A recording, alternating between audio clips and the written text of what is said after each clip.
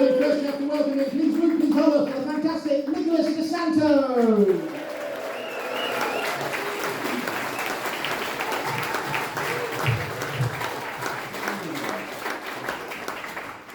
Thanks very much. You know you've made it when you finally get a cordless mic in comedy, right? I don't know if you've seen me before. Good to be here, not because of my comedy, but I was in the news.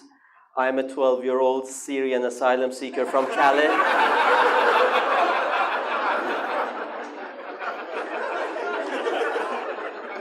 I started stand-up with that joke in 2017, and thanks to the consistently abject border control policy of the Tories, this joke is still alive and relevant.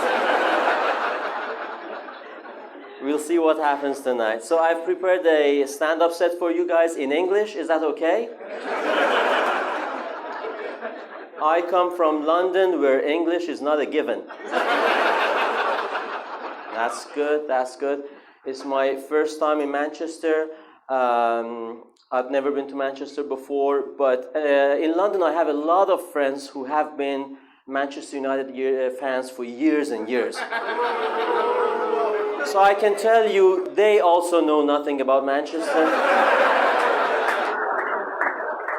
They've never been to Manchester.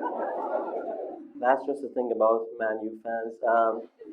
But I tell you what, I got out of Piccadilly Station, and I realized everybody here sounds like Jason Manford.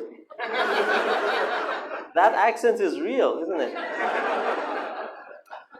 But yeah, I mean, whenever I go to a new place, I want to do well, obviously. I want to impress. And tonight, I have set the bar quite high for myself.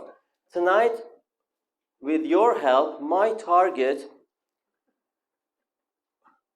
is to beat the performance of the President of the United States of America.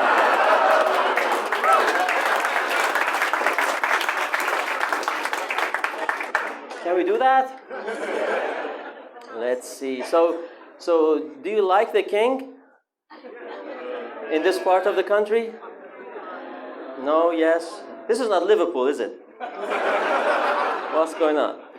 No, I have mixed feelings about the king because he's old. I mean, the queen was old too, but she grew old with the country, right? But this king, we got him already old. So it's a weird feeling when the king is kind of old and out of touch and corrupt. No, hang on, that's Biden. That's Biden. Wrong joke. The king is only old and out of touch. He's not corrupt. How can a king be corrupt? I'd like to change the constitution to stay on the throne forever. That is already the deal, Your Majesty. The king cannot be corrupt. Just like Dominic mentioned, some of these Biden jokes, I need to get them out because, you know,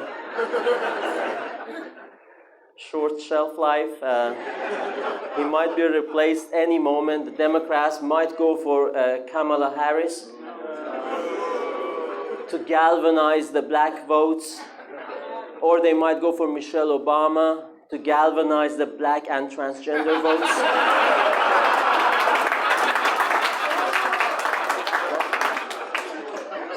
So Biden jokes have a very short shelf life right now. These jokes might expire faster than the world's sympathy for Israel after October 7th. Too soon? October 7th, a vile, vicious, despicable terrorist attack on Israel. There was a lot of world sympathy for Israel. The Israelis checked on that package. It said, best before tomorrow. You want to destroy terrorists? You have until tomorrow, or maybe a week. And the Israelis were, what? How about that HS2 you've been working on? This country invented rail transport. We can't lay a rail line within budget or within the time frame or even within the pre-established route, and we are lecturing IDF on urban warfare? And now they're being accused of genocide. They're genocide. What sort of genocide is? The more they genocide, the more we find them on our streets. What sort of messed up Doctor Who genocide is this?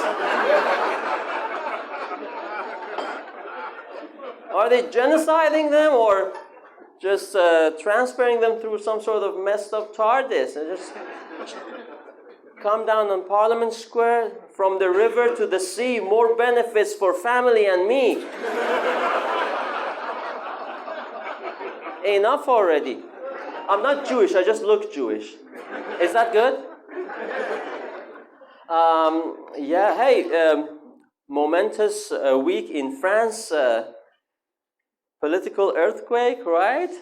I mean, the French decided they were not going to surrender to Africanization and Islamification for one. I mean, they were going to surrender as usual.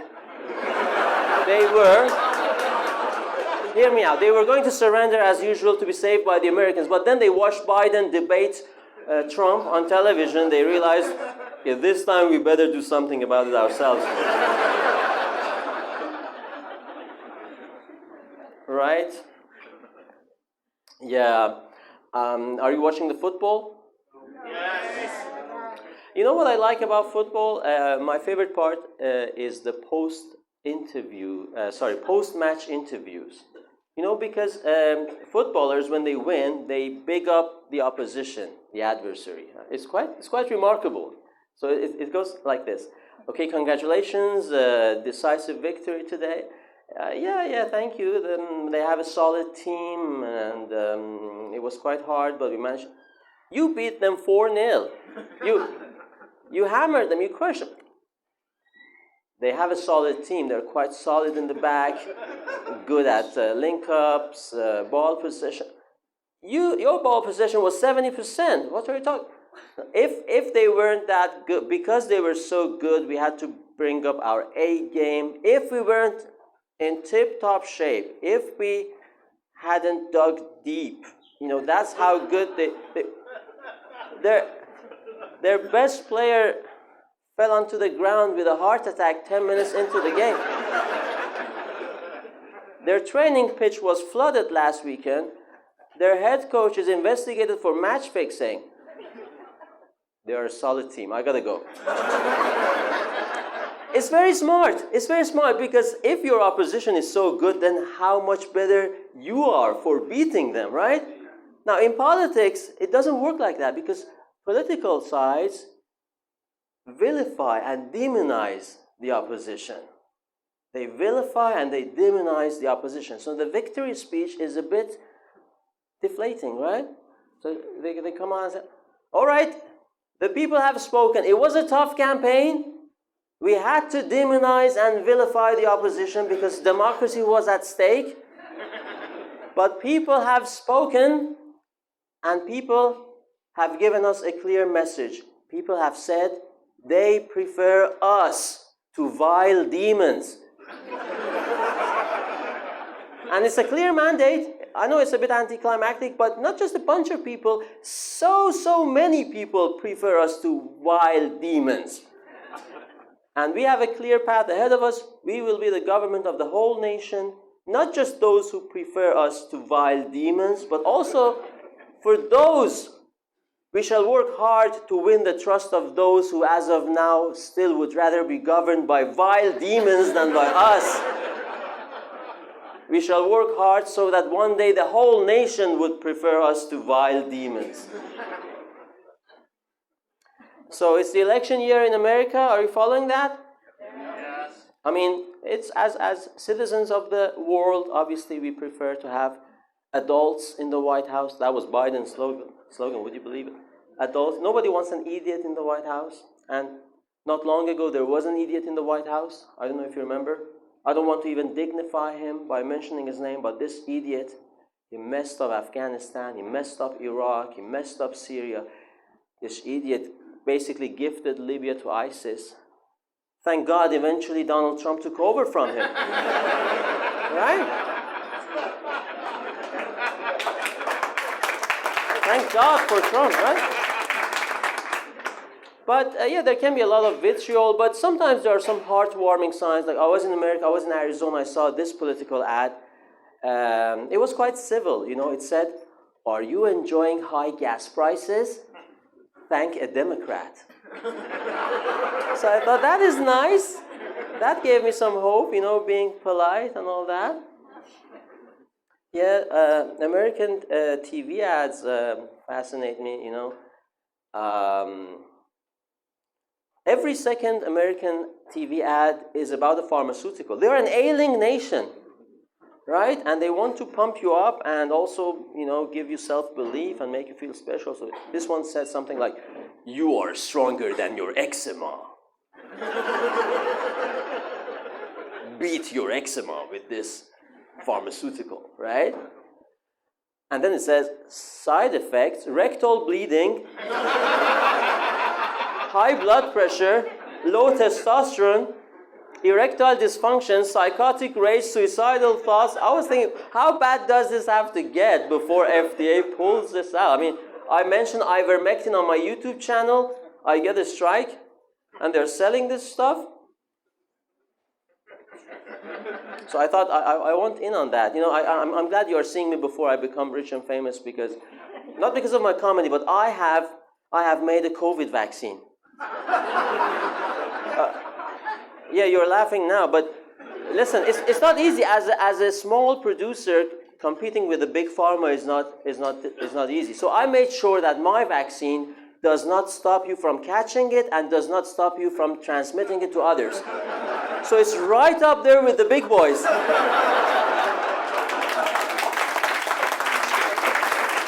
Huh? Is that smart or what? Yeah. So I was watching this other ad on American TV. It's for Plan B. Do you know what Plan B is? It's a morning after pill. Plan B. Morning after pill. You know what it is, right? Okay.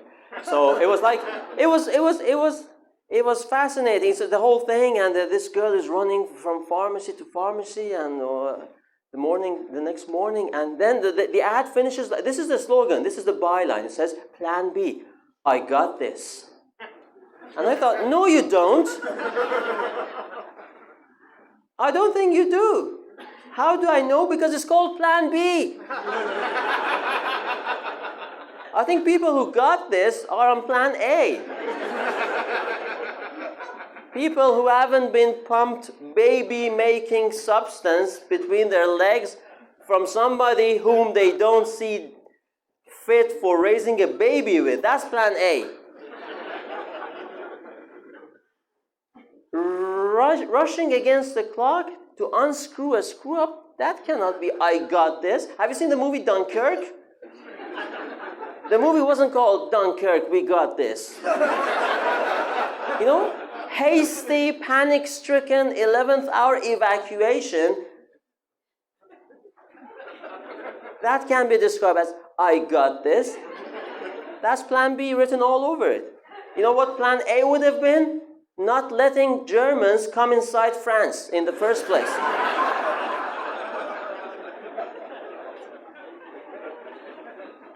And speaking of coming inside, you know, no, this is essentially a clean act. Settle down.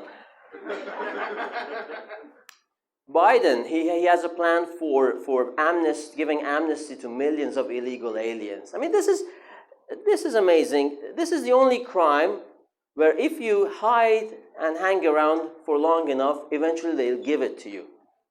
It doesn't happen, like you've been here 10 years, okay, you might as well get a US passport, right? It doesn't happen with any other crime. It's not like you wake up in the morning or in the middle of the night, you go downstairs, you find an intruder, maybe a murderer, maybe a rapist in your kitchen. Whoa, whoa, whoa, that's way out of the line.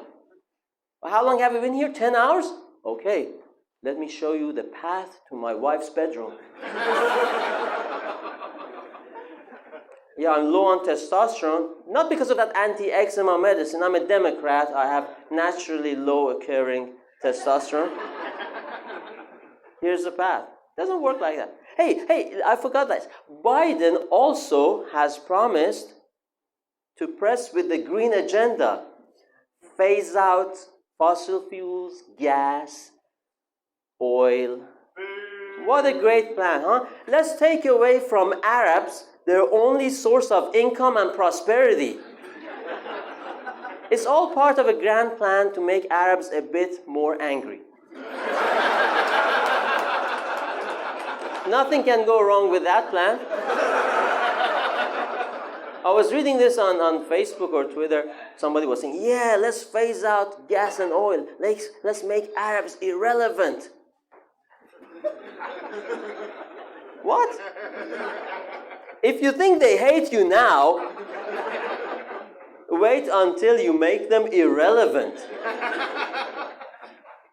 That's not a good plan.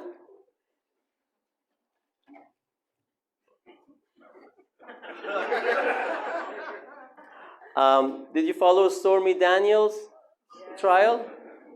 Yeah, it was. I mean, sorry for those who don't know. Stormy Daniels was a high-end escort.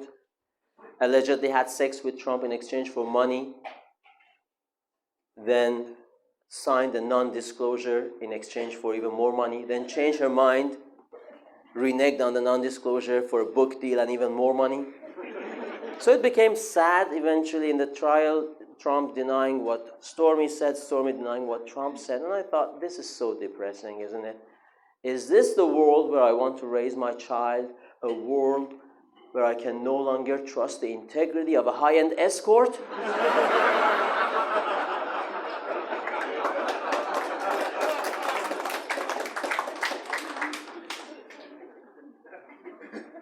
If I can't trust the integrity of a high-end escort, what can we expect from these cheap a dime a dozen crack whores?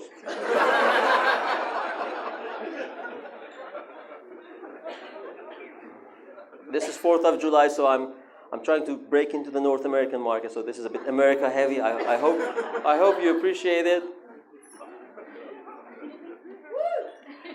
Thank you. Barack Obama got into trouble for a non-flattering biography. Did you hear that? This biography is by someone called David Garrow. No ordinary biographer. He won a Pulitzer for a biography of Martin Luther King. And in this non-flattering biography, he has sourced original letters by young Obama. It's called The Making of Obama. It's about his early years. In college, writing to his then college girlfriend, telling her that he frequently fantasizes about sex with other men. And I thought, is this a big deal? Because conservative American commentators were just crazy. They were just, why aren't the media all over this? Legacy media, MSN, this is a big deal. And I was like, is this a big deal? Because I fantasize about sex with other men every day. And I'm not attracted to other men. I'm just attracted to the possibility of having sex with someone intelligent.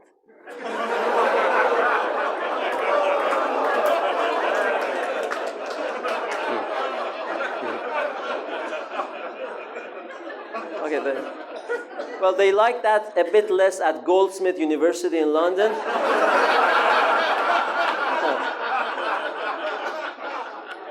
Thanks for listening. I think this is the best time to get out of the stage. I've been Nicholas de Santo. Enjoy the rest of the night. Thank you.